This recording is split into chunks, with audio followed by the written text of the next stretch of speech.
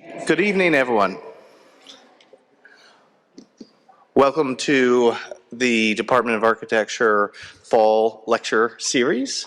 Tonight we have special guests who have flown all the way from Indonesia to join us.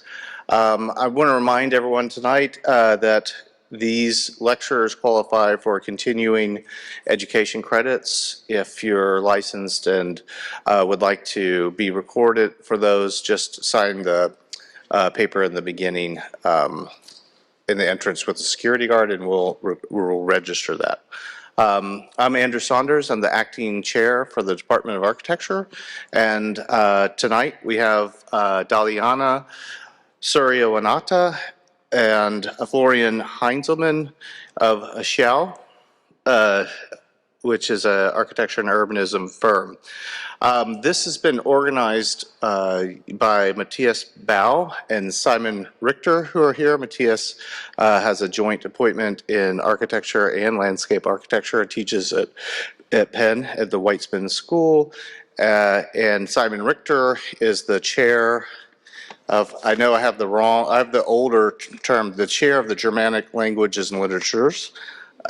You can clarify afterwards. I know it has a newer, longer name now, but thank you, and I know that you orchestrated with Perry Worldhouse to secure additional funding to make this possible. So with that, I'm going to let Matthias introduce his colleagues and take it over. Thanks. Thank you, Andrew. And thanks again to the architecture department for making this possible. And it's an honor to introduce Florian and Daliana here, and to have them here this week at not only Weitzman but also at the University of Pennsylvania. One of the reasons that I'm really excited that they're here is that I think as a profession of architecture, it's very important that we continue to broaden our conversations around global issues and around the challenges of this time. And I feel that the practice that Florian and Daliana have really exemplifies specific approaches, but also is very much sort of rooted, or at least is an agent in many of those challenges. They have been. Florian is German and had his initial education in architecture in Germany, and then Daliana had her initial education in architecture in Indonesia, where she's from. But they met in the Netherlands. I think you met in the Netherlands, but at least you came together professionally also at the Berlage Institute, which was then an independent post-master's education program. I taught there as well. It's a super exciting place with a lot of innovation in Rotterdam. It later became part of the Technical University in Delft, also specifically as a place where people after their masters would go and try to do innovative work. And as you'll see in today's lecture, I think that's maybe grounded their work. After that, they've spent a lot of time in the Netherlands working for various practices.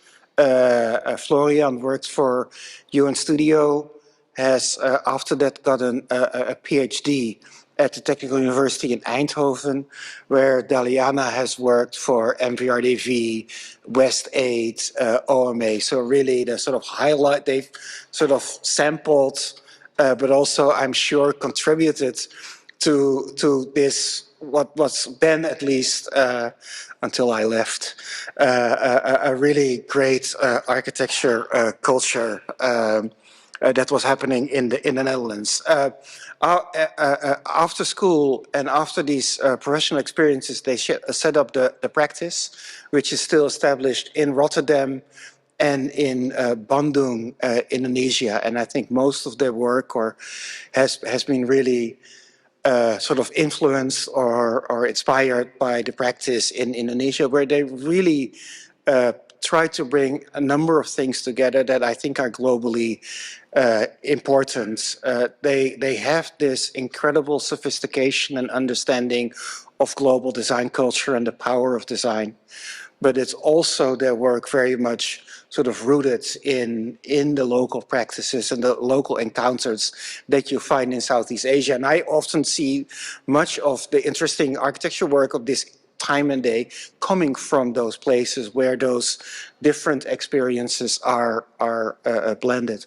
I also find very interesting, I hope we'll hear a lot about that today, that practicing in Indonesia, which is an incredibly dynamic country with a lot of really huge challenges, one of them being the construction of a new capital about 1,000 kilometers away from their current capital. They're very much sort of part of those challenges. And I think the work that you'll see, while being exciting as architecture and urban design, also very much is placed in these sort of bigger developments in the country. And I hope we can make that part of the conversation today. That's also the reason that Simon and the Perry World House are sort of co-sponsors and organizers for their week here at Penn. We've had briefings at the Perry World House, but also, if I remember correctly, for the Indonesian diaspora organization at the university. I have the feeling that quite a few people here are there, but I really like the fact that there's a broader conversation than just the work of architecture that I think is reflected in your work. What I find really exciting about your work is that it really tries to explore sort of openness in various ways. I mean, and if the sort of cliche about big Asian cities is the sort of air-conditioned shopping mall, which is sort of closing itself off from the urban environment, but also from the literal environment. I think what really makes your work so valuable and so innovative is that in dealing with climate issues, in dealing with social issues, your work is really about sort of creating much more open environments. And I really feel that that's important for architecture to have, in a way, a practice that is both very productive and successful in Asia, but is also really trying to bring sort of new ideas and from which we can all learn a lot. And so, thank you very much for joining us here today. We look very much forward to your lecture. Simon, I don't know if you want to say any words before I ask them up the stage, or will you ask the first question after the lecture as you usually do? You maybe do that? Okay. Thank you very much for being here, Daliana Suryawinata and Florian Heinzelmann of SHAU.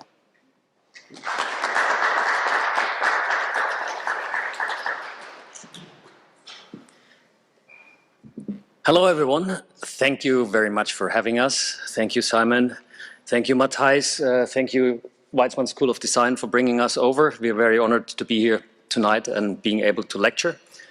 So we're going to talk about socio-climatic spaces. So it's a term we borrowed from socio-economy, right? So the idea behind that human activities contribute in a certain way to the climate, and in our case, as we know, to climate change, and vice versa, that a certain climate stimulates or enhances certain activities among people.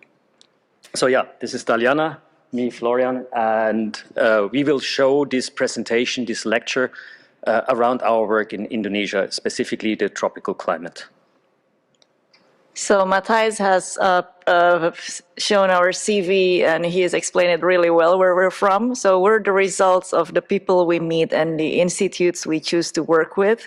And so more or less being from Indonesia, Florian from Germany, but we've had a lot of years of our career in the Netherlands. So that brought into some kind of influence in our work in a kind of like subconscious level, I would say, rather than planned to be. So usually we are showing this map, which is basically where we come from, and we want to sort of emphasize on the global north and the global south. But unfortunately, this is a Mercator projection, which is very European-centric. So we made a new one, which is based on Buckminster Fuller, the Maxion world map, which is an unfolded icosahedron. And the very interesting thing is about this map is you can cut it in any way you want and unfold it, right? So the projection in a way is true to scale and true to distances. And so we made our own unfold. And what you see here is a very personal map. So it has nothing to do probably with your context, but we are right now operating what you see in the center. So we centered a little bit Indonesia and Australia. So we are in Indonesia, in Bandung. We are in Singapore currently living. But we have also still a very close connection to Europe because this is where we were educated. Also, when we unfolded this map, we wanted to keep the equator somehow connected together because this is the climate zone we are currently operating in, the tropical climate, right?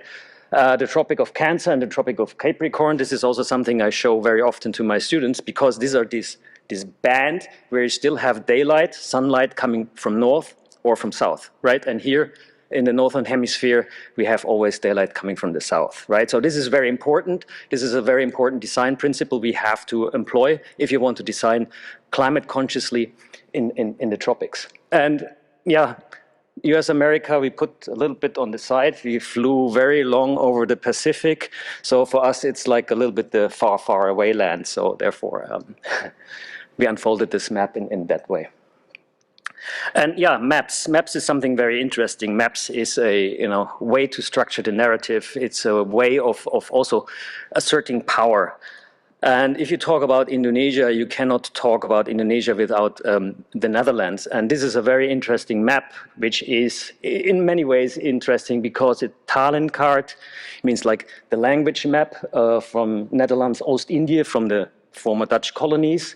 And it is superimposed on top of Europe, right? And you see on the top left, that's the size of the Netherlands in comparison to Indonesia. And what is interesting about it is that although the Netherlands is a relatively small country, Indonesia, which they had occupied in a way, is relatively big. So is a way also to sort of show off to these neighbors within Europe, look at the empire we have built. It is actually stretching further than whole of Europe. There are other maps, which I could not find, unfortunately. What the Dutch did is, when they showed Indonesia, they scaled up the map of the Netherlands next to it to show, like, actually, you are ruled by a very powerful country. So yeah, maps are a powerful thing, and if you maybe know, there were trade secrets, for instance. If you gave a map away of routes, you got capital punishment. So back in these days, knowing where to go and how to go there in the best way was a really important source of information. But I want to come back to the red parts of this map, so where you see these different languages. So because Indonesia is multicultural, multi-ethnic, it's not just one Indonesia. There are different islands like Java or Kalimantan, Sumatra, and they have different cultures as well. So you have here, if you look into Java, you have Javanese, you have Sundanese, and if you go then up to Kalimantan, you have Dayak. And this is in a way is represented by the vernacular architecture which you find in Indonesia. And this is just a sampling which I did the work with my students for an elective. So it's called Tropical Timber Interventions. And one of the first exercises they had to do, they have to pick one of these vernacular architecture and start drawing it up in Rhino and try to figure out about the construction. And all of these, even though the roof forms is the most significant, what you can see in a way, because they differ highly, they all work in a way, microclimatically similar, meaning they have cross ventilation, they generate shade, they protect you from rain, but they're all very light structures which, with timber, which are not accumulating a lot of heat. And this is the first step in this sort of climatic aspect, and now going a little bit more into the sort of rational side of it and the sort of explicit knowledge side, you see the psychrometric chart. And what is plotted there, this gray dots around this reticule, this is similar in Singapore, similar in Indonesia, Jakarta, let's say, also similar in Kalimantan. You have a lot of sun hours or a lot of hours with a temperature range between 25 and 30 degrees and a relatively high humidity. So you see the curve over there. So, and as such, this is nice in a way. This is nice for designing because you have this temperature, very compact temperature and humidity range all year long, right? So if you design for something for here, you have to design for a winter condition, autumn condition, and a summer condition, right? There it is all the year long similar. The only thing which is more or less differing is then the dry season and the wet season. So if you look into this comfort zone, sort of pentagon, if you do nothing, so people, human beings with normal activity would feel comfortable between 20 and 25 degrees. And that indicates if you bring in shade and cross ventilation, a natural ventilation, you can extend this comfort zone much larger. And this is actually what all this traditional architecture is doing, is responding to this local climate. And why is this important? If you can sort of bring this energy demand down when you have a good building layout and a good orientation, then the need for air conditioning is not so high. And that is, you know, as a prognosis, going to be a real issue in terms of energy demand globally. So these two graphs you see here, one is from a PhD, overheating risk in warm tropical climates, and the other one is a student of mine looking into housing project in India. And what the upper one says is that at a certain moment by 2071, the demand for cooling is raising tremendously, and that has to do with the fact that a lot of people live in this equatorial region, and there are a lot of developing countries, and at a certain moment they will be able to afford air conditioning, and all want to cool their houses because that increases comfort and that also increases productivity. And if you see in a global scale, Indonesia and India, for instance, are very, very far or far lower than, let's say, the United States or Japan, for instance, in their energy consumption for cooling. So one of these ideas behind is if we can implement smart solutions, passive design strategies, then we can maybe shove off the peak while having a similar indoor climatic comfort.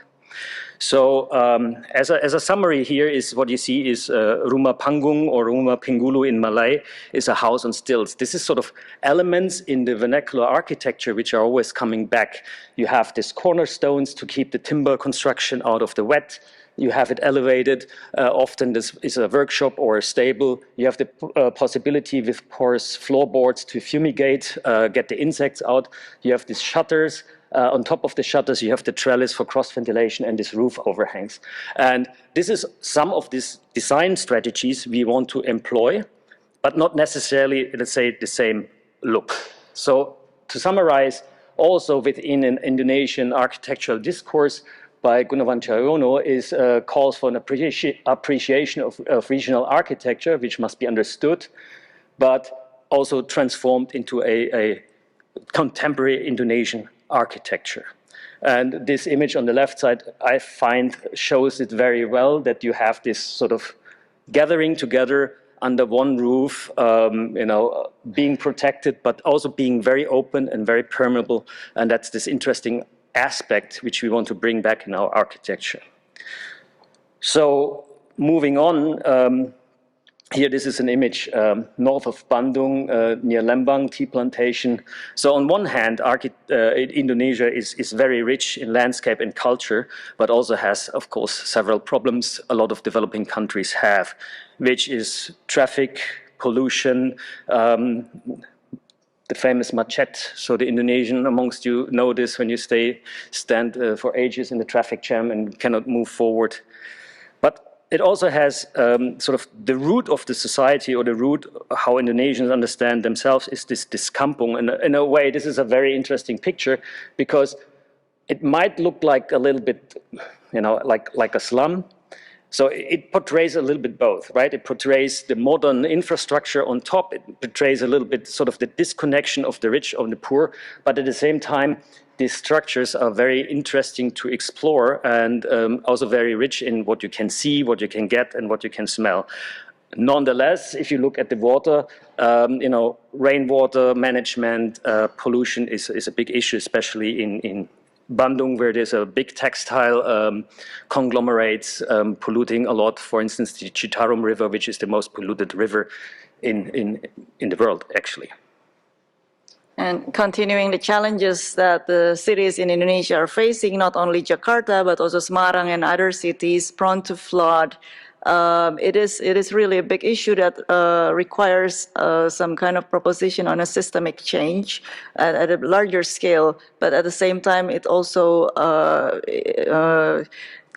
highlights the need of local adaptation on every kind of architecture that we're trying to do. So having this in mind and not imagining that architecture can solve everything, or if at all anything, but there is really an issue, and it was once on the front page of New York Times that Jakarta is sinking and flooding is real. It's happening in 2050, and everything will be under the water. So a lot of things need to be done in that manner, provided that Jakarta was still the capital city of Indonesia. On the other hand, this very new project of the Indonesian government of moving the capital to Kalimantan is another thing to look at. And the concept of sustainable forest city is interesting. The fact that this master plan that we're looking at came from one of the 700 submissions. It went through a kind of open democratic system of the best master plan that goes through at the moment. But we will see later on in the coming year, because election is happening, so we will see how the new capital is proceeding. And this is important, the Sustainable Development Goals. This is recent publication by Johannes Widodo and editors of the book Assembling Nusantara, very recommended reading. And in this diagram, Johannes put together the 17 Sustainable Development Goals, as we know, in pair with the local wisdom of Indonesia. So we have something called gunungan, which is basically a mountain forest situation with where harmony with nature, harmony with people, and the synergy of it kind of aligns with the economical, societal, and the principles of the SDG as well as the biosphere. So this is an interesting look on the world from the Indonesian point of view, which happens to align with the SDG that we know. And we do try as architects to be part of the mission of, as much as possible, incorporate one of those SDG goals into our design. And we do it in multiple scales, from the smallest projects to a large master plan and a housing and cultural center, which we will highlight in this lecture, a selection of them, starting from the public spaces. We included these projects hoping that some of the landscape architecture students and faculties would attend, as well as the architects, because it is something of a Dutch thinking to kind of work out the landscape and the architecture and the urban design at the same time. And we value that from our experience in the Netherlands, which we just haven't found anywhere else. And there is Taman Film Park on the top left, top right, Alun-Alun Cicendo. They're both in Bandung, and we will extend. We have some other projects in West Java. The bottom left, that's in Cirebon, and on the bottom right in Pangandaran. They're all in West Java. So one of the things, and it is our first project actually in Bandung, is called Film Park. And it is actually under the Pasupati flyover. So this very space in 2013 was a space nobody would like to go to because it's dirty, there is a lot of garbage, it's scary. I mean, we Indonesians, we believe in ghosts, etc. So it's haunted. and Mayor Ridwan Kamil, former architect, he became the mayor of Bandung then, and revitalized all these public spaces. Included us in the planning as well as many Indonesian architects, and we looked at the topography of the of the film park, put on the Megatron, the monitor, but as well as design the spaces around it so it could function as a public space as well when it's not viewing any movies. So if it's not used by the film communities, the residents on the other side of the film park, as you can see, there's a lot of settlements, kampung, informal settlements around. They can use it as their living room. So this is something that is widely used and is something that we like, that it happened as such. So we made circular forms that could accommodate seating from 3 people to 5 people, because Indonesians, we like to sit collectively. But at the same time, also let it be a kind of landscape that people can interpret what they want to do there. Children learned walking, babies learn walking for the first time. It's a safe place for the residents around to be because they don't have this facility in their neighborhood. So this is a kind of place they go to. And surprisingly, garbage is usually an issue in Indonesian public spaces. And in this very specific location, the users, they take off their shoes and they take care of the garbage themselves. So it is relatively clean, and we're surprised by it. It is not by design, or it is part of maybe a side effect of the design that they like and they would like to keep clean. So it's with the green carpet, it reminds them of their living room, as well as coming into a mushola, which is the place they pray, and they have to take off their shoes. And this is probably a kind of material behavior engagement that happens there. So we're kind of happy with that. And sometimes it's used in a manner that is very closely packed while watching football. Usually when it comes to kind of Jakarta versus Bandung, it's really packed and used for watching the finals. Yeah, and in a way, this is also like sort of the first idea of this socio-climatic space in the urban setting, because, you know, the Pasupati flyover acts as a roof where you have like ample cross ventilation, so you're not sitting in the heat and you're protected from the rain and from the sun. And now moving on to Alun-Alun Cicendo, which is another public space project which we did. So this is a very interesting task because this was a site which is basically a garbage dump, and this is the situation before. And you see flanking on the street are all these small shops, and they're selling metal and spare parts. So this whole area is known for getting scooter spare parts. But the problem is, if you build a public space there, you need accessibility, and this is not existing. So you need to find the solutions where you generate, and especially as Mayor Ridwan Kamil, you need to generate added value. You need to generate win-win situations. So you cannot just evict them and then hopefully it will work. So part of this design task, which you see here in this axonometry, is to reintegrate these shops, these workshops into the park. And this is something which I have never seen, let's say, in Europe, that sort of you bring, you know, this sort of people back. So you see up here on the right side, where there's parking area, you see 69 kiosks. So underneath this deck, we brought these kiosks back, where the people can then still have their daily income with their little businesses and workshops. So we modeled this park in a way that we had, or introduced the topography of this cortain-like steel bands. They are not actual cortain steel, that was too expensive, so the contractor sort of sprayed acid on it themselves and tried it out, and that became then a sort of rusted steel. But we wanted to ondulate this sort of topography in order to stimulate a little bit movement of the people, exploration that is not just an open field. And this alun-alun is, of course, this center space is very important because it is used for gatherings, sometimes political rallies or religious holidays. And so we grouped a lot of functions around it. So we really packed it as much as possible to trying to give people in the neighborhood as much as possible possibilities which are absent, which is a skate park, basketball field, a sort of dry garden where they can relax and look, a pavilion, which in the original idea from Ridwan Kamil was to be exchanged, but of course this, once it's built, it's not going to happen. So we thought, like, let's give this pavilion a value, and we made also sort of a forum, auditory seating out of this.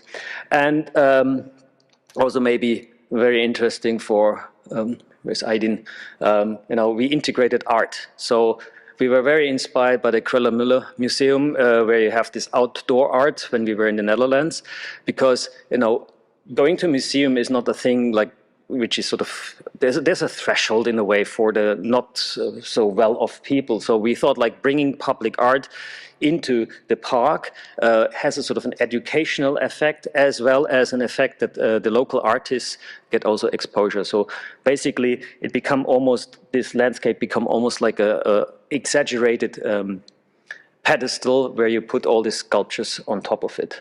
At the same time, you see here, this is the material selection.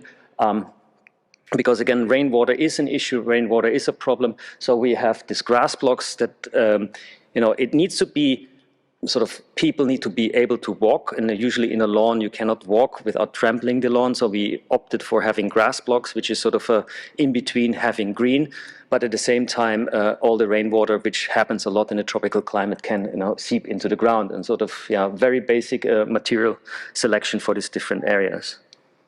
So here you see the basketball field. So we got a lot of these photos. It was like immediately very well received by the people. So you see a lot of names which you just grabbed from Instagram.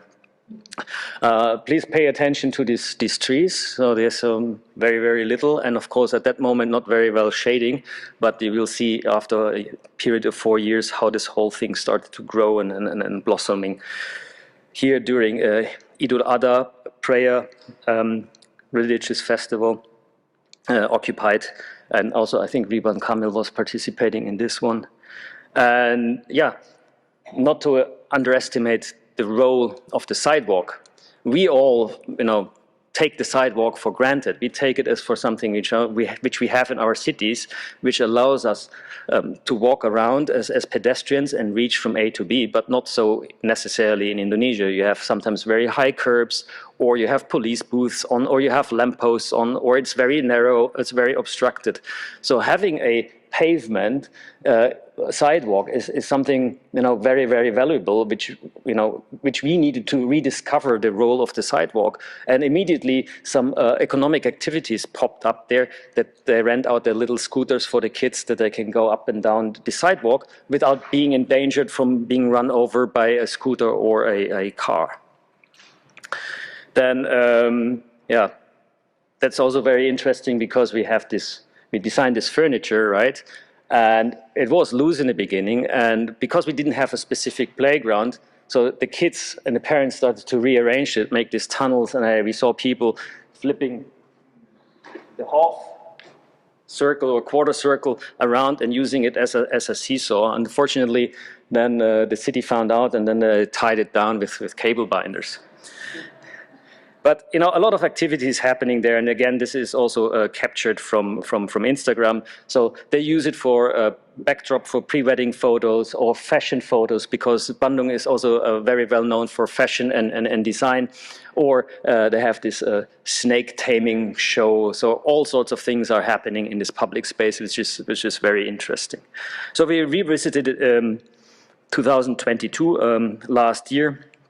And then you see all these trees which were very meager, all of a sudden growing. They added some trees, and all of a sudden it becomes like really almost like a lush green garden. And here a couple more impressions of that one. Now, this is now going from these public spaces. Now we make the transition into the architecture, and we're talking about the microlibraries. And I like this notion of the synthetic vernacular. We had a little bit of a discussion, should we use this term or not? Is this a negative term or not? But I mean, we showed the vernacular architecture in the beginning, and there are certain design principles we can learn from, like the house on stilts, the passive climatic design strategies. So I would argue, between our discourse internally, that the microlibraries are some form of synthetic vernacular, something artificial, but not necessarily in a bad sense, sort of more related to a synthesis of several elements, putting it together. And yeah, the passive climatic design strategies for small buildings. So here we talk about two projects, microlibrary Bima and Barakayu. And all of it, in a way, started with an exhibition in 2011, which we consider a little bit sort of the seed as well for our architectural practice, which was an exhibition, House Without Doors. And we were sitting and contemplating and thinking, yeah, you have this fantastic climate, you never need a sweater, it's always warm. Do you actually need walls? Why not go away and put away with these walls and doors and windows and everything? And we came up with these ideas of these beads, that we have beads underneath a roof which is protecting you from rain and sun. And they're just hanging there and dangling and playing in the wind. And then you have different densities of these beads according to functions behind, like a bedroom where you want to have more intimacy. But basically, you can just walk and stroll into this house from all different directions. And the right side, this little tower, is basically just trying out a little bit of different patterns. If we could put the strings diagonally, and then we stacked up these 5 variations, and all of a sudden became a high-rise. So yeah, this sort of early experimentation and the early thinking about an Indonesian context and how the buildings could be much more open, much more permeable, but also a little bit layered. This is the starting point in a way also for our microlibrary design exercise. So sometimes we take commissions, like a traditional architecture practice. Sometimes we initiate projects from zero, like from scratch, thinking that we should be in charge of a certain program, such as this is called the microlibraries. So there is a reading interest issue in Indonesia, and it is something that needs responding to. So in 2016, Indonesia was at the bottom rank, number 2 of the countries lacking reading interest, and it is indeed a world issue that the minimum reading levels prior to COVID-19 is still 600 million people. So there is still a lot of people in the world who does not have proper access to reading, or let's say, what can we do as architects to respond to this situation? And we thought of, there are existing public libraries. They're not very popular in countries like Indonesia. There are mobile libraries, which is in the form of a car. It comes here and then and have books for kids to read. We thought we'll intervene in an in-between scale where there is still a permanent building, but small enough in a way that it reaches the neighborhoods. So not the people have to come to the library, but the library comes to where people live.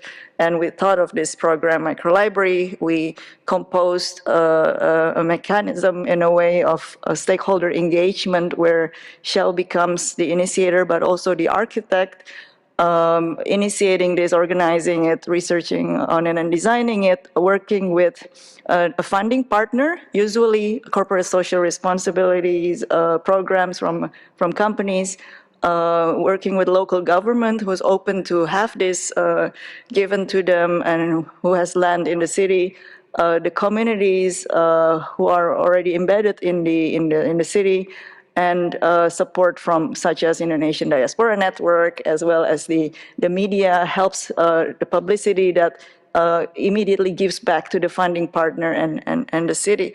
So we're continuing this program, and we started in Bandung because that was the first time Dompet Duafa, that's Pocket for the Poor, a Muslim charity foundation, happens to have a library program, and they work with us, or they fund this, supported by Indonesian Diaspora Foundation, and it's placed for the first time in Bandung, because there was such availability of land in a very interesting context of kampung and a middle-class residents altogether. So we think it's an interesting mix.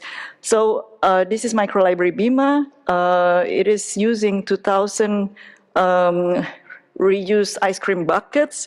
So we didn't eat all the ice cream by ourselves, but there is this culture in Indonesia. We have a lot of weddings, and for every wedding, ice cream is served, and that happens, and it has to be, and it's a certain brand, one or two, and it has similar ice cream buckets, the white ones, and they are cleaned and collected, and over time we could utilize them as the facade, which happens to be in a way performative.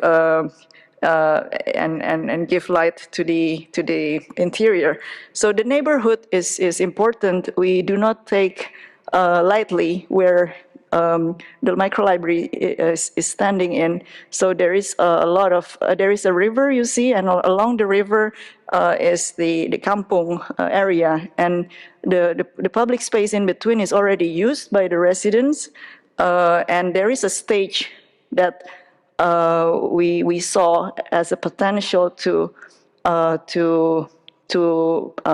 improve rather than to take away. So we know that this is an important spot for them. The stage has been used.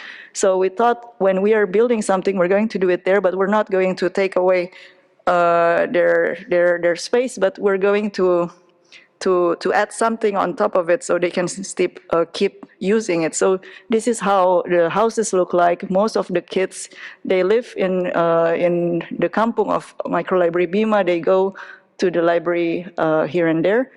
So the stage is shaded and rain protected when we put a volume with a bucket facade that enables natural ventilation and diffuse daylight. So it's open but protected, and the stage can be used by the residents still.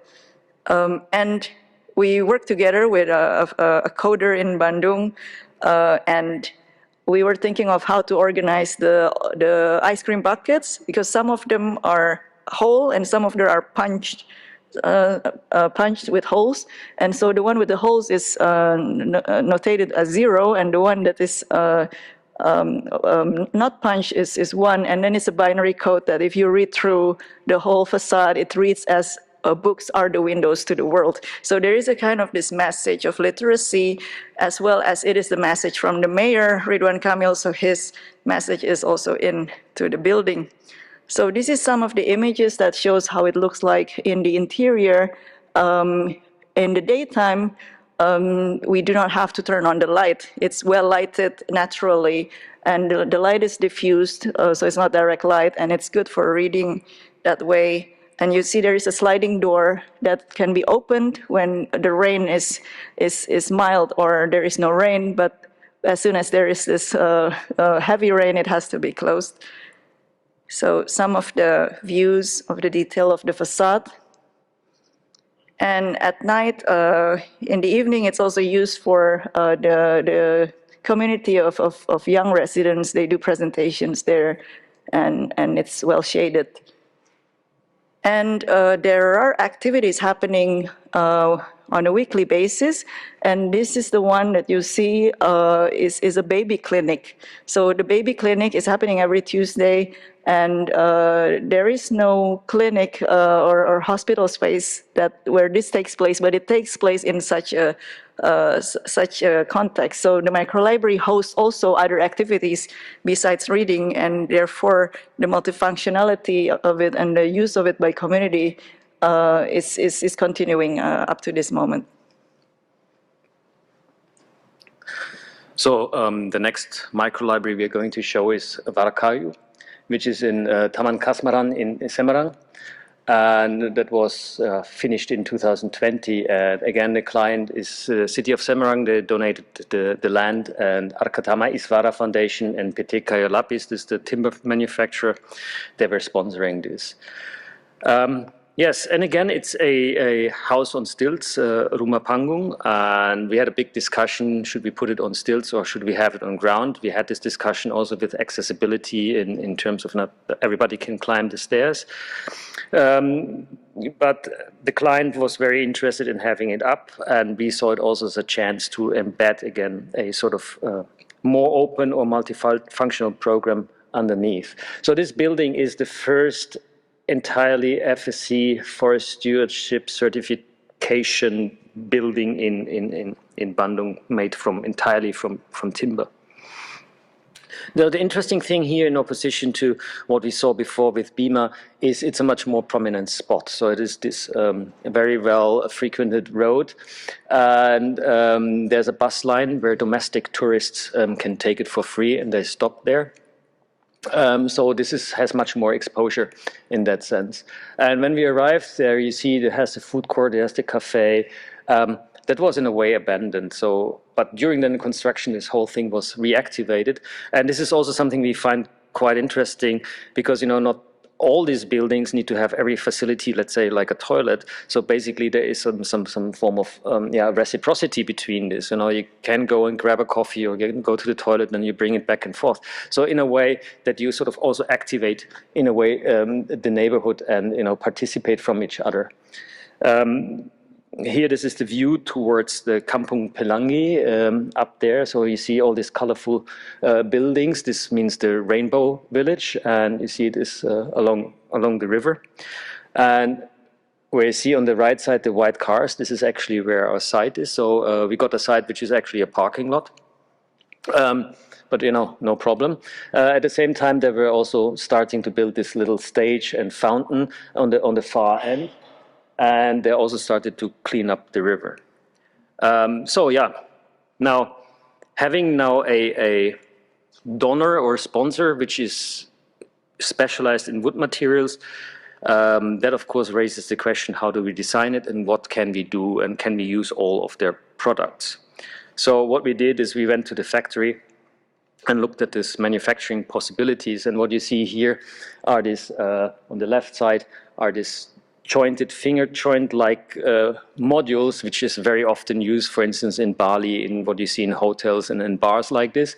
But they're specialized in plywood products and laminated timber. So everything is engineered wood. So from that, we went on, so what can we do with their material and how do we approach this? And, you know, on one hand, you have a sort of a traditional vernacular a way of using wood, which is a timber frame construction, which is solid wood, and all these joints, classical joints like mortise and tenon, or everything is put together with wood packs, and there are no nails, right? But we have an industrial product. So that means we have to do a post and beam construction with engineered woods, and use different joinery, which is nuts and bolts, and we need to appreciate that, sort of this industrial making. So there is, in a way, an overlap of a sort of a vernacular idea of the house on stilts and climatically, but it's a contemporary or very contemporary design. So now during our design, we remembered our education then back in Germany, and what you see here, this screen is basically a Zollinger construction, which is an early roofing construction from the 1920s, which is a reciprocal system where one board holds the other board and you pierce through with these bolts and this holds each other. But we sort of used this construction method to create our brise-soleil, with the roof overhang during noon and early morning and afternoon sun hours to, you know, protect the interior from overheating, while at the same time it is permeable enough. And this is in a way a bottom-up design process. So we came from the manufacturing possibilities into the form, into the building. But along the design, we also started to create this narrative to explain this building to you know, the people. And in a way, it reminded, this diamond pattern reminded us to scales. And they have a very interesting icon or animal, which appears in certain festivals in Semarang, which is the Ngandok. So it's the icon of Semarang. And it's also a very interesting animal. It's a sort of a chimera, a mixture between a goat and a dragon and several elements together. And because of these scales, it reminded us of this creature. Hence, we named the building Warak Kayu. So this is sort of the wooden Warak. And everybody understands this immediately and appreciates this very much. Here a little bit of the section. So yeah, we had really, I must say, great fun in detailing this and working this out, all the tectonics, ping-ponging back and forth with the factory. And then they went so far to create a prototype inside their manufacturing halls, which has had multiple purposes. One is the training of their own workers. Then, of course, together with us checking if the details we are coming up with, if they're working out. And then we had also then the possibility to bring the contractor there, because they could see it in a one-to-one model, because everything was produced in the factory, then transported on site, which then again is also helpful because the construction is much shorter and you don't have all the pollution of construction on site as well. So here a couple of details. So the interesting thing is, for instance, this is the bottom footer. And you see the bottom board has a groove, and then you put two boards inside, and then the wedge, you screw it tightly, the wedge tries to press these boards outside, but since they're sitting in a groove, they cannot move. So this is, on tension, in a way, a joint, or pure on friction, a joint which is working.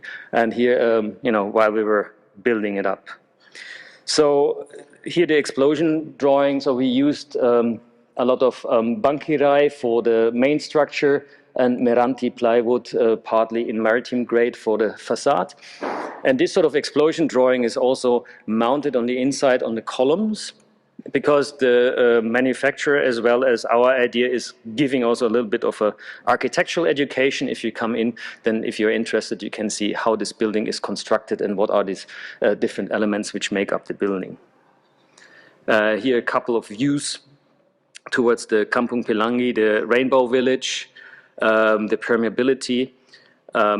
Then we always want to integrate play features. So the idea is, in order to stimulate kids for reading, we have this dragon swing. This is actually something which comes from my culture, which is, we have this in Bavaria. So we have in the spring, we have this, and the guys in the lederhosen are swinging like this. And I had this in the kindergarten, and I thought that would be a fantastic idea to have there. And we integrated the net, so you have you see this height, and the kids lie on top, and they can look down, and they can interact with each other. And with the hope, with the play, to stimulate kids coming in and also reading the books. The stairs where you leave your shoes go up, coming in this reading room, and you see here nicely how the daylight is indirect again, redirected via the meranti plywood, brise soleil, the openness.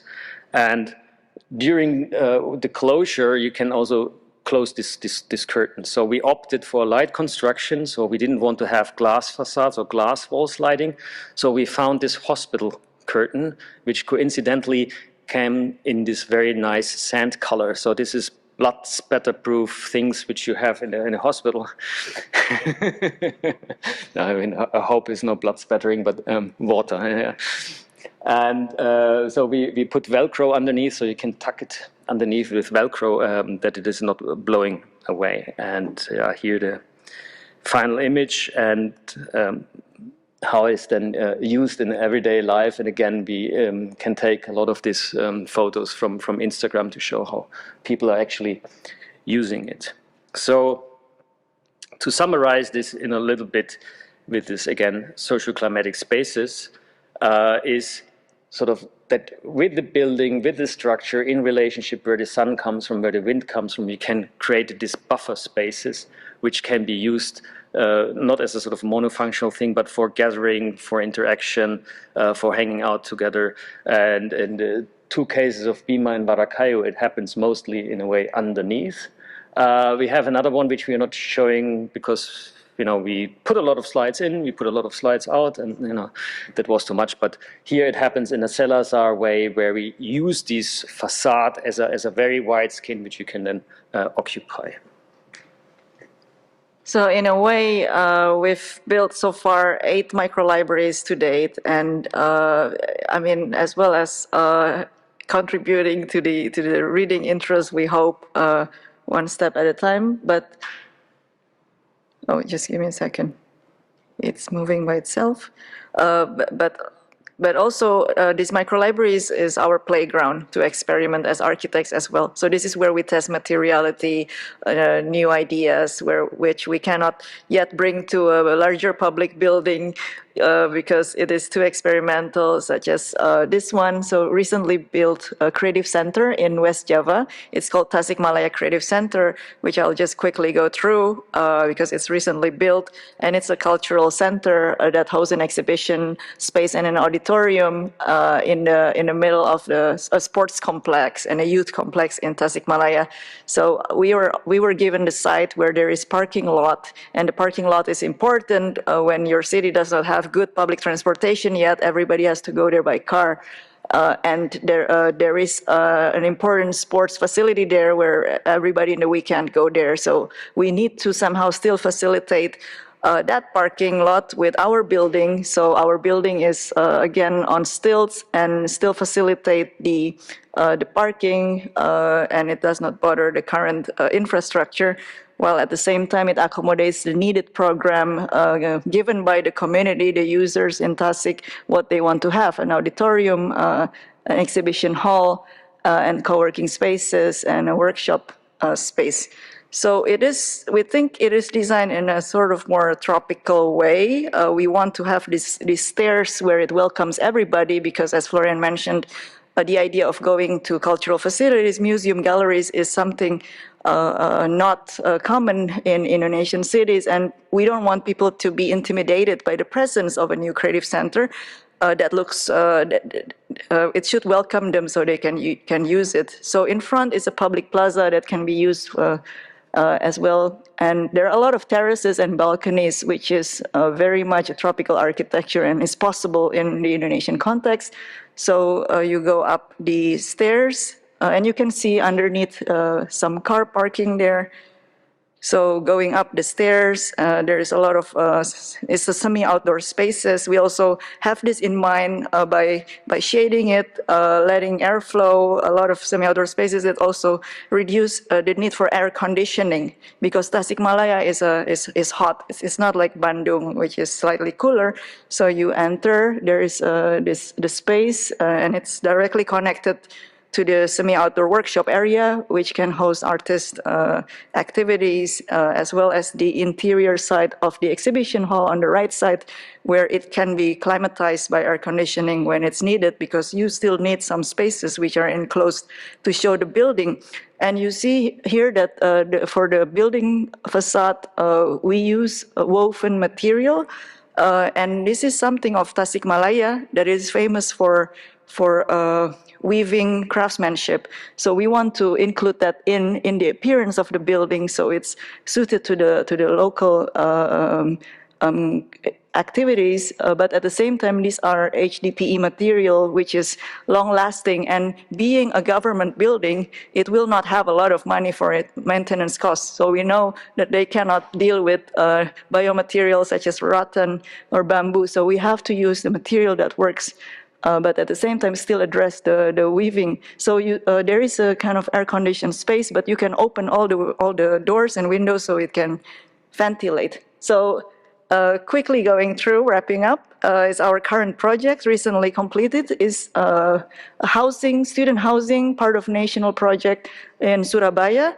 So the idea is multicultural living, and this is something new in Indonesia. So previously, student housing is segregated. So if you're from Papua, you live in a Papua student housing. If you're from Bali, Balinese student housing, and so on. It's kind of segregated. And this is an attempt to also embrace Papua as part of our country, because maybe if you read, there are some conflicts in between, and the president wants to have a national program where where all ethnicities are mixed together, and they get training from the National Intelligence Agency on cultural living, on language learning, on entrepreneurship, and so on. So this is a kind of like new program of the government, which we happen to design, and is built in Surabaya.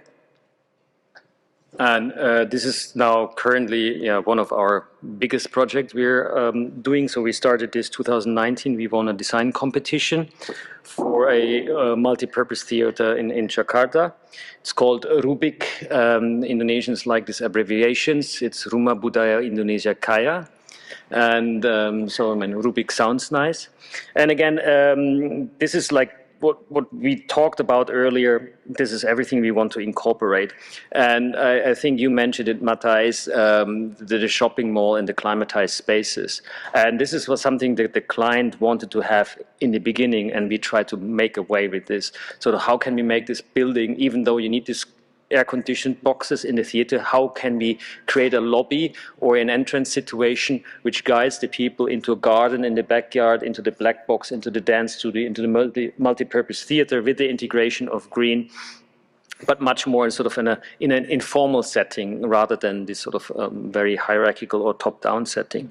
And here you see the cut open section of the model. So this has a multi-purpose hall which can host classical concerts, dance performances, and musicals, and has seating of 1,200 people.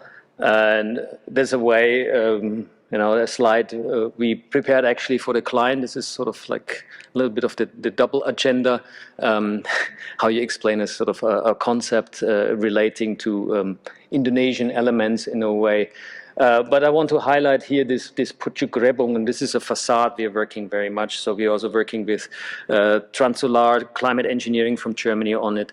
Sort of how much of these elements do you need in combination with solar protective glazing to have enough light in, to have daylight autonomy, but at the same time reducing solar radiation and heat gains, solar heat gains, which you need to cool out. And of course, that gives then a great chance to implement that in a way where it then has a cultural reference, and we are working on this Pucuk Rebung pattern, which is a textile pattern, amongst others, which is widely known in Indonesia. This Pucuk Rebung pattern is a pattern based on bamboo sprouts in some cases, growth.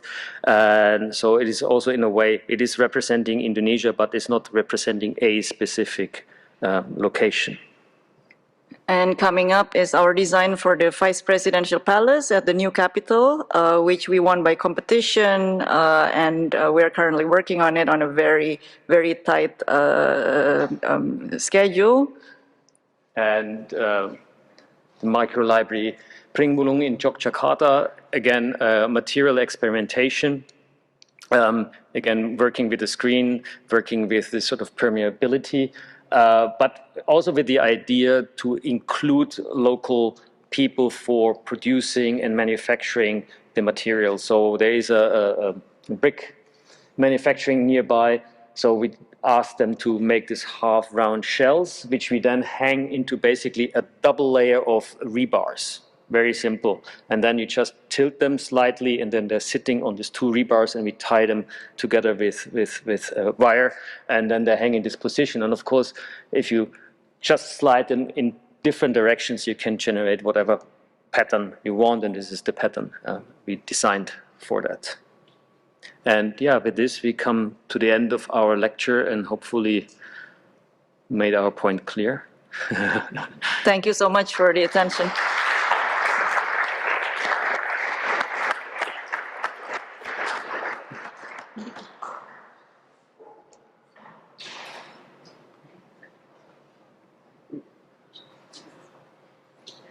Any questions? Yes.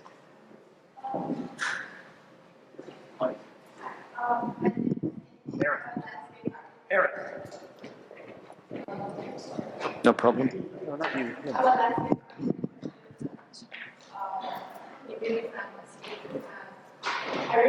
Your presentation, very impressive work, a combination about culture and practice on public space. And that's actually something I want to proposing, type of thing I want to proposing in Greenland for their future public activities, also continue helping with their cultural practice. So I know you mentioned some, but I'm more interested to learn more if these microlibraries or other spaces can, like, how do they work with local cultural activities? Do people have their like gatherings and have events there, or are there more ways for them to use this space?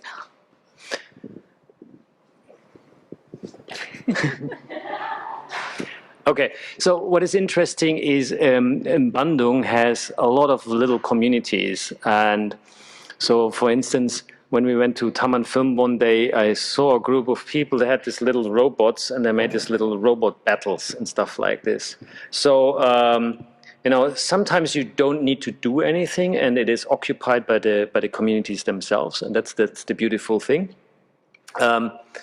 But you know, with our guest from Aydin from Semarang, he told me, for instance, that he has a lot of ideas for the library in Semarang to activate. So we hope we can work together. We have it currently run by Harvey Center, which is a organization providing food for the poor, a student organization. And yeah, but you know, there's always room for improvement, right? And then, of course, yeah. We need to take up, you know, suggestions and then collaborate and bring more people in and give them the opportunity to also shape in a way the activities, what is happening in the inside. If I understood correctly the question. So sometimes it happens quite naturally, organically, and sometimes, of course, you need to do a little bit more and push more.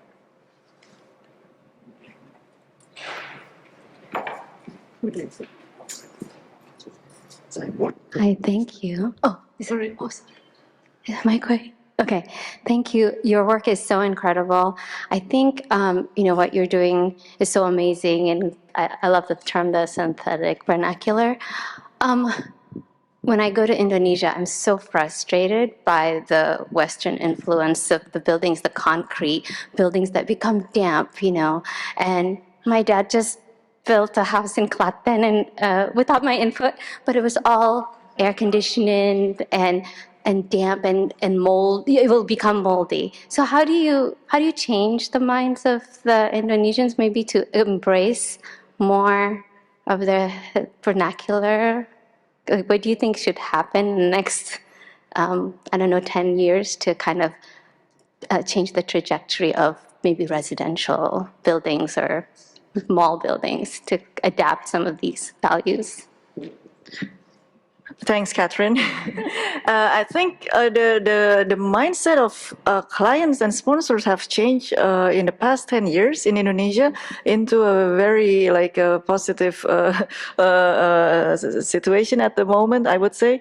And there are a lot of, say, clients, collaborators, sponsors whom we do not need convincing, because so they approach architects these days throughout their Instagrams or our Instagrams, and they already know what kind of things to expect from these architects. So it's like nicely, almost naturally, digitally selection in a way that they who come to us already know what we are doing, and therefore does not need massive convincing. Some of them, well, in certain degree, but the idea of like the synthetic vernaculars that we are advocating unconsciously in Indonesia is that we want to come up with a language which is in a way local, but at the same time addresses several issues, and by that we mean building performance, because style is subjective and you can like a building or not, but performance is objective, and you can calculate it that the airflow is nice, that the building is comfortable, that it is shading, that the space is usable, and so on. So maybe you want to add something, Florian? Yeah. I think, I mean, what you're addressing here is a little bit the problem in the housing and building culture also from client side. And because people are building really till the boundary, right? And then you have per regulation the 5 meter distance, and then, you know, they build their house. And that is, of course, in a way, very counterproductive in a tropical climate, because you need it to breathe and you need the airflow. But if everybody builds this side walls and puts the next wall and the next wall, and you have this low rise but super, super dense, often not with a courtyard, but really sometimes 20-meter deep buildings, of course there cannot cross ventilation happening. So you have to dehumidify everything with the air conditioning, right? And that sometimes does not work. So there needs to be a shift also from the clients that, you know, not only quantity is, you know, required in order to have a good home, but, you know, quality. And that means like also, you know, giving space to breathe. And that often does not happen. And that's what I have seen very much in the buildings which are constructed. There's so much joy in your buildings. It's just amazing. And I'm trying to do two things in my own mind. One of them is kind of to fathom precisely what you're doing and to come up with a metaphor for it. So by way of appreciating it, if I understand it right, what I've seen is that you build joyful micro-libraries out of ice cream buckets in a kampong, and you design and build a vice presidential palace in Nusantara. And I mean, you can't imagine a larger span than that. And they're not, in some essential sense, they're not different. So they're all close to people, close to communities.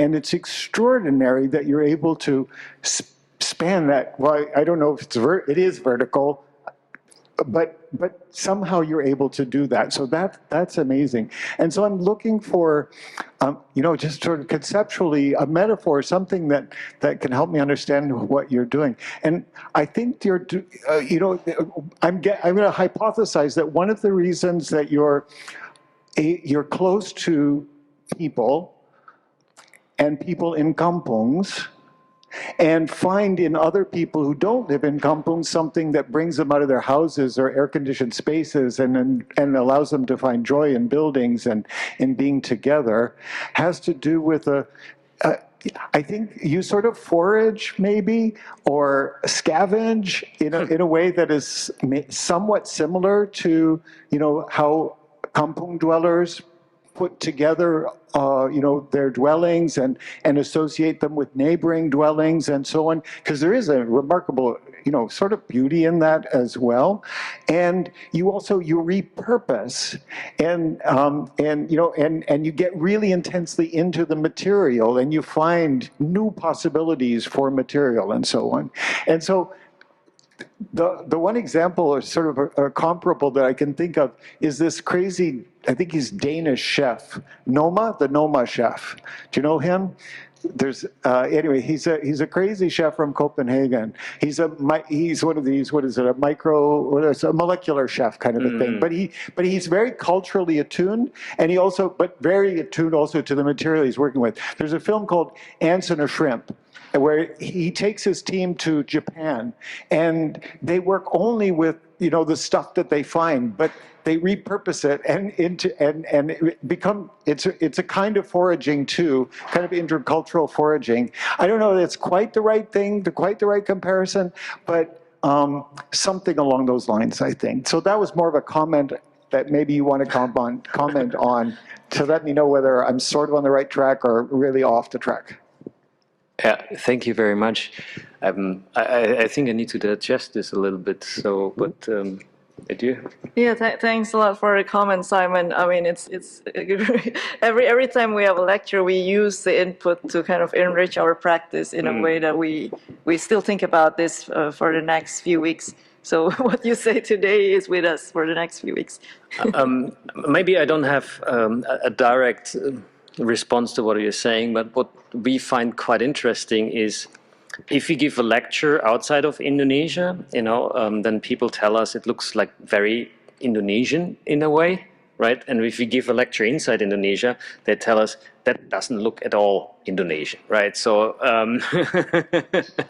so in a way, yes, I mean, I think architectural practice is often a practice of borrowing, right? So you see references and then you try to figure out what you saw and how does it work and reinterpret that and implement that. And yeah, I think this is also what we're doing, maybe a little bit in a way sampling, right? Because we take things from different corners of the world and put it together into some novel way while applying our technical knowledge and a certain expertise. But yeah, I mean, the human being in a way plays a central role in our architecture. Yeah.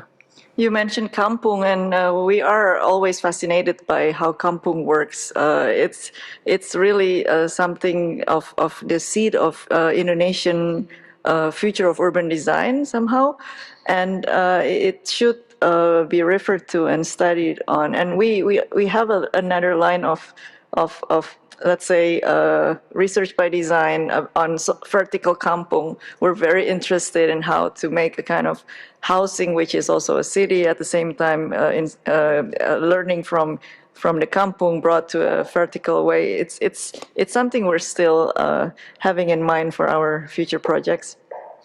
Yeah, and interestingly, I mean, kampung is something very heterogeneous. It's nothing homogeneous. You have, of course, on one end you have the slum, but on the other hand you have very well-maintained kampungs, very dense settlements, and of course you have the urban kampung and you have the village really in the rural area. But what I find quite interesting, despite the problems some kampungs have, Indonesians or Indonesia recognizes the kampung as sort of the seat of their culture. And they very often look towards Singapore as sort of, Singapore as the Switzerland in Southeast Asia for all its achievements and wealth and development. But at the same time, they're very critical about the eradication of all the kampungs in Singapore, and everything is moved and shoved into hawker centers and HDBs. So, so in a way, kampung is very, very important in Indonesia because so many people live in kampungs actually, right? So probably the majority comes from a kampung. I saw a question at the back. Yes, can we hear from you? Philadelphia is known throughout the United States as a city of neighborhoods. And our library system has 54 branches. We have a central office, and then we have 54 branches that span the entire city.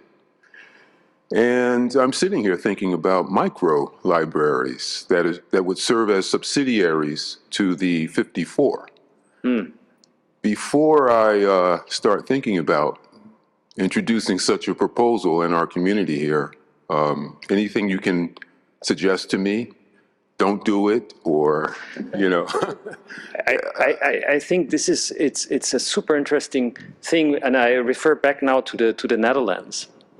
When we were living there, they had these small neighborhood libraries, and unfortunately, due to decreased interest in reading, a lot of them had to close down, and some of them we know are then privately run by people. They're keeping that alive. So I think, on one hand, I think this is a super fantastic idea, but the question is about this implementation. What would need to be done that it is really working? So do you have to contextualize it? Do you have to offer something else?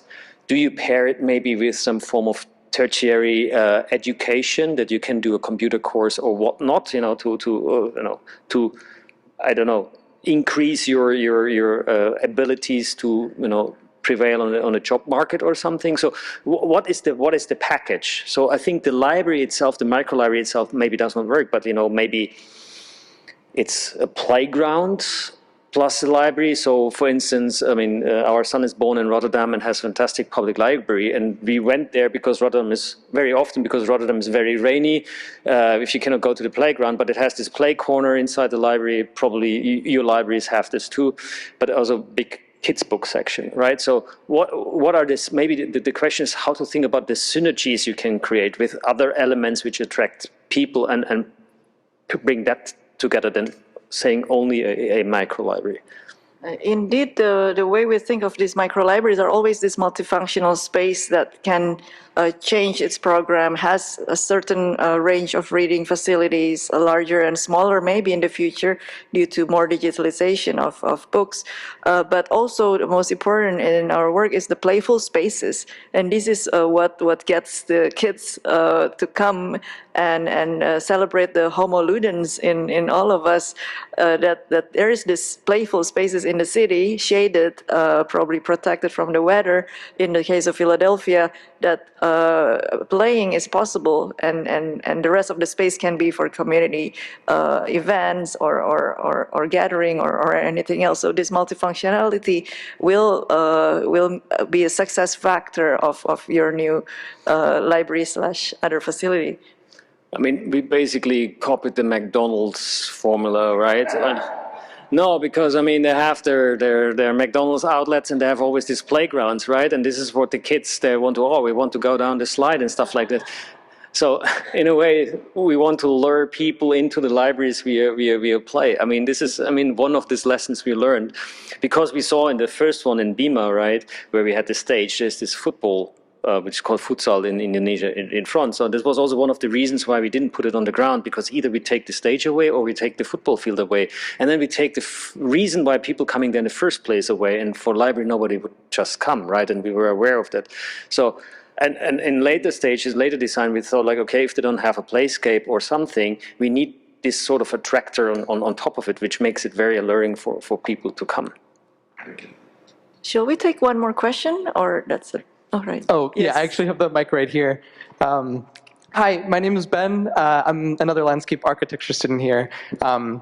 And I have a related two-part advice-based question. Just because I'm from Florida, and I actually lived in Singapore. I went to Yale and US College just down the road. And one thing I'm curious about is, how do you feel that, I guess, your studies in a northern climate have translated to your work in the tropics? And the second part to it is, what advice would you give to someone from a tropical climate studying in a colder space to go through the education here, and then the skill sets that I could bring from here to bring back to the tropics? What do you recommend, I guess, going through that in a different climate? Do you want to take that? No, you send it. All right. Actually, I see kind of places to practice as a kind of having its own parameters. So I see climate as like the underlying parameters for work to be done, be it landscape, architecture, or buildings, and of course, there are differences how to strategize with the sun. There's too much sun in the tropics, we want to shade. There is little sun in the Nordic countries, we want all the time sun. So there are two different approaches actually on two spectrums where landscape architects can situate the work and follow that what is needed for the climate in that region. So we don't see any problems with that. And I think what we brought back from the Netherlands is more the integrated way of approach of how urban design, landscape architecture, and architecture could be brought together in a project together with the urban context. So that's more like it rather than the climate situation. I mean, about the climate, I mean, it almost does not matter if you are sort of able to abstract and sort of reformulate what you learn in one climate, right? So it's just like the design parameters are changing, and if you're aware, then you can model it according to this specific climate you're in. And a lot of these learnings we had from, let's say, the German passive house, right? Which means you have a highly insulated house. You take all the heat sources of the human body, the computer into calculation, even the heat which, or the the air which goes out is very controlled, is you regain this heat. You have big windows towards the south, which you in the summer want to shade with external louvers, but in the winter you want to have it as open as possible to have this solar passive heat gains. And we have a house which is not shown here, which we designed with a German partner, which has it's almost like a periscope over the hill and has a 3-meter balcony overhang. And behind that is a very high glass facade. So in summer, it's always completely shaded, but in winter, the sunlight can penetrate into the room very deep, right? And this is a way how to design for a temperate climate, right, with cold winters and hot summers. And it's not there. That's another one. No, it doesn't matter. And, but if you know the rules of how the sun path is and the temperature ranges, you then can try to make a passive house for a different climate, right? And a passive house in an Indonesian or tropical climate means not passive heating, but passive cooling in a way. And if you understand these principles, then you can sort of apply this on different scales and different contexts in a way. But I mean, it requires a little bit sort of, really engaging with these principles and a little bit the physics behind and the logic, in order to make it work. I find the role of landscape architecture getting more and more significant in the world, especially when you talk about regenerative design. It's mostly about landscape, so about planting a lot of trees, making the landscape performative towards the whole city, as well as adding more local plants, which is like a lot of important things you guys will do in the near future. Looking forward to that. No, and in that sense, Singapore is, of course, a fantastic case study, with the Rifle Range Road Park and the Bishan Park from Studio Dreisaitl and the garden in the city and the city in the garden, and the whole idea of bringing whole ecosystems back, because the primary rainforest only 1% left. So I think there's a lot of things to learn from Singapore, and also architects like Woha, who make all these vertical greens into these buildings. This is also something we would like to do, but so far this is on the agenda. In this one, microlibrary hanging gardens, which we didn't show, it worked. So we have like sort of a stacked planter boxes. Also in the AMN student housing, we want to have more green, as well as in the presidential palace. So yeah, landscape in a way is super interesting, especially if you tackle it from a systemic side, right, where you clean water and think about the whole systems behind. So I think we think that's the future, the integration of landscape, plants, ecosystems, flora, fauna into building and meshing this much closer together. All right. Well, thanks a lot. Would you like to close the session, or how would you like to do it? Yes. The session is closed now. Thank you so much for thank you so much for coming.